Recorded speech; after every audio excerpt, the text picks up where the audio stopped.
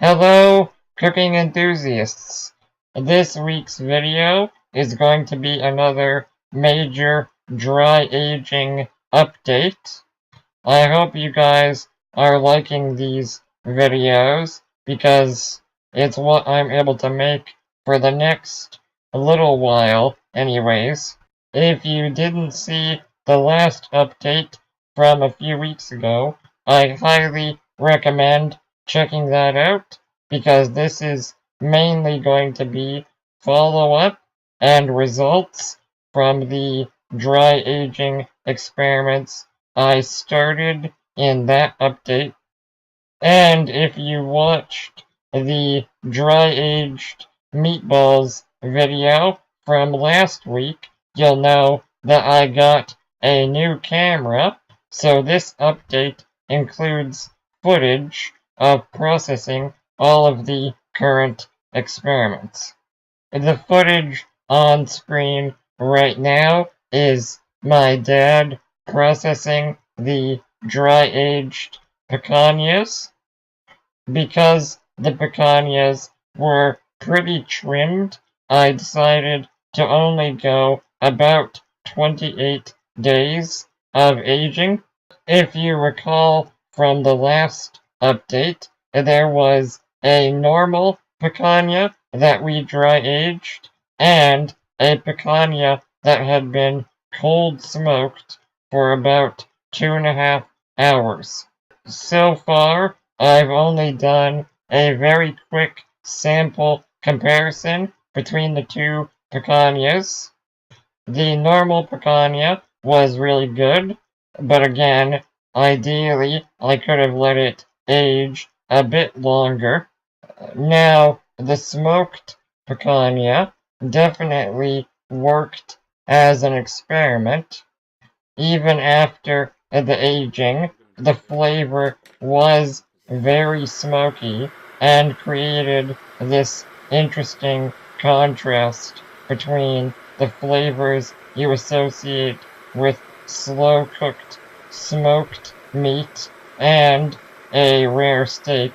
For me personally, though, I wasn't thrilled with the actual smoke I ended up using, which was alder and a bit of hickory. For whatever reason, I found that flavor profile didn't work as well with beef as I was hoping. So I think the next time I do an experiment like this, it's definitely going to be something a little more neutral, like oak, with maybe some maple or fruit wood. And the next time I cook some of my current smoked picanha, I think I'll just need to add some sort of other seasoning or element to bring it together as a cohesive flavor profile. But let's move swiftly onto the dry-aged mutton, because I think it's way more interesting, and I think I might be at least one of the first people to do this. You know what, Quinn? We are not prepared to do this. Why?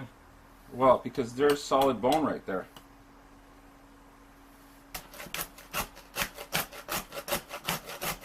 I'm gonna go slow. Butter.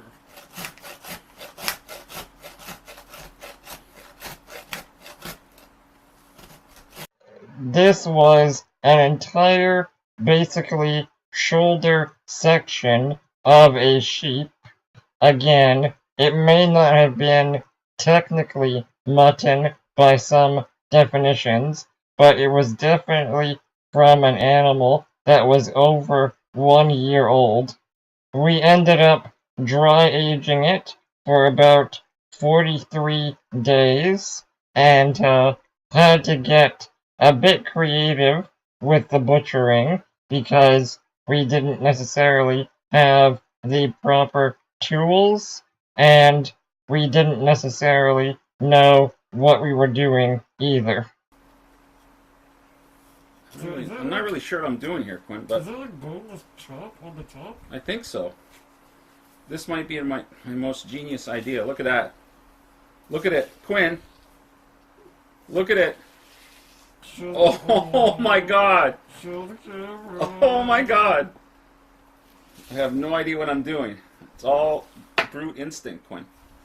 In the end, though, we did end up getting one really nice bone-in chop, a few what I would consider boneless chops, some good scraps for ground meat, and some great bones for making stock.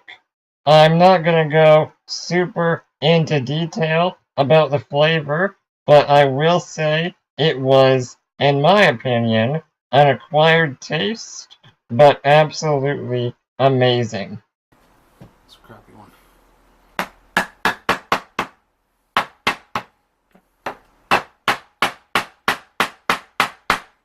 This is going to be destroyed too. No? The reason I'm not gonna go into detail is because my big video next week is going to be all about cooking this mutton. I don't expect a lot of people to dry age their own mutton, but I still think it's an underrated meat, and I couldn't find a lot of information for cooking it in a modern way. So I think that's going to be a good video to have on its own. I feel like there's a lot of meat here, but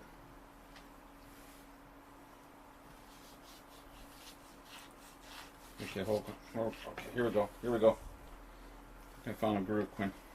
Yeah, baby. Look at this. I can't see. I can't see. Show me.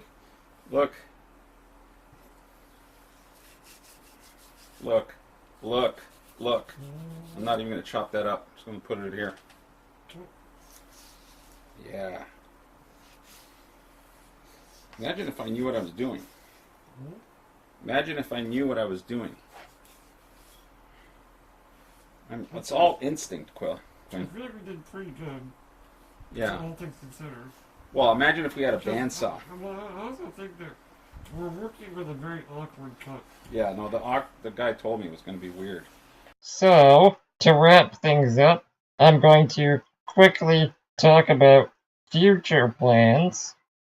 Up until now, we've been using the Umai dry aging bags, which I think are a great product, especially for beginners.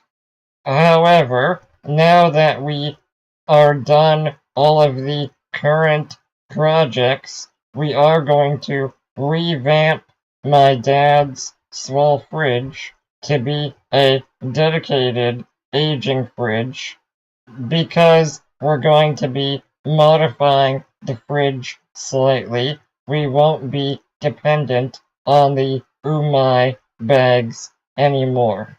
The other exciting update is that we found a local source of all grass-fed beef.